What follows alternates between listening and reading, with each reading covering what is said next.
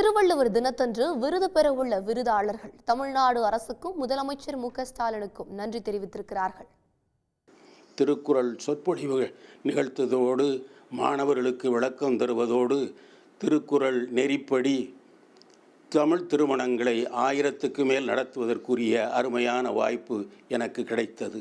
அதன் வழியாக திருக்குறள் தொண்டை செய்து வருகிறேன் என்பதனை மகிழ்ச்சியோடு தெரிவித்து கொண்டு என்னுடைய எளிய தொண்டை பாராட்டி தமிழக முதல்வர் அவர்கள் நமக்கு திருவள்ளுவர் விருது வழங்கி சிறப்பித்தமைக்கு அவர்களையும் தொடர்புடைய பெருமக்களையும் உலங்கனிய பாராட்டி நன்றி தெரிவித்துக் கொள்கிறேன்.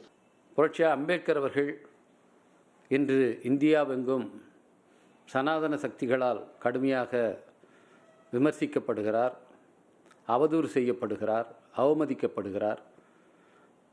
அதை எதிர்த்த போராட்டம் என்பது அரசமைப்பு சட்டத்தை பாதுகாக்கிற போராட்டமாக, இந்திய நாடாளுமன்ற ஜனநாயகத்தை பாதுகாக்கிற போராட்டமாக இன்று மேலெழுந்து வருகிறது.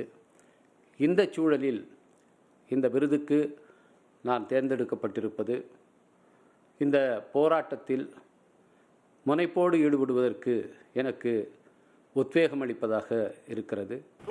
விருது வழங்கியதற்கு தலைவர் அவர்களுக்கும் துணை முதல்வர் அவர்களுக்கும் என்னுடைய இதயமார்ந்த நன்றியை, என் குடும்பத்தின் நன்றியை தெரிவித்துக் கொள்கிறேன்.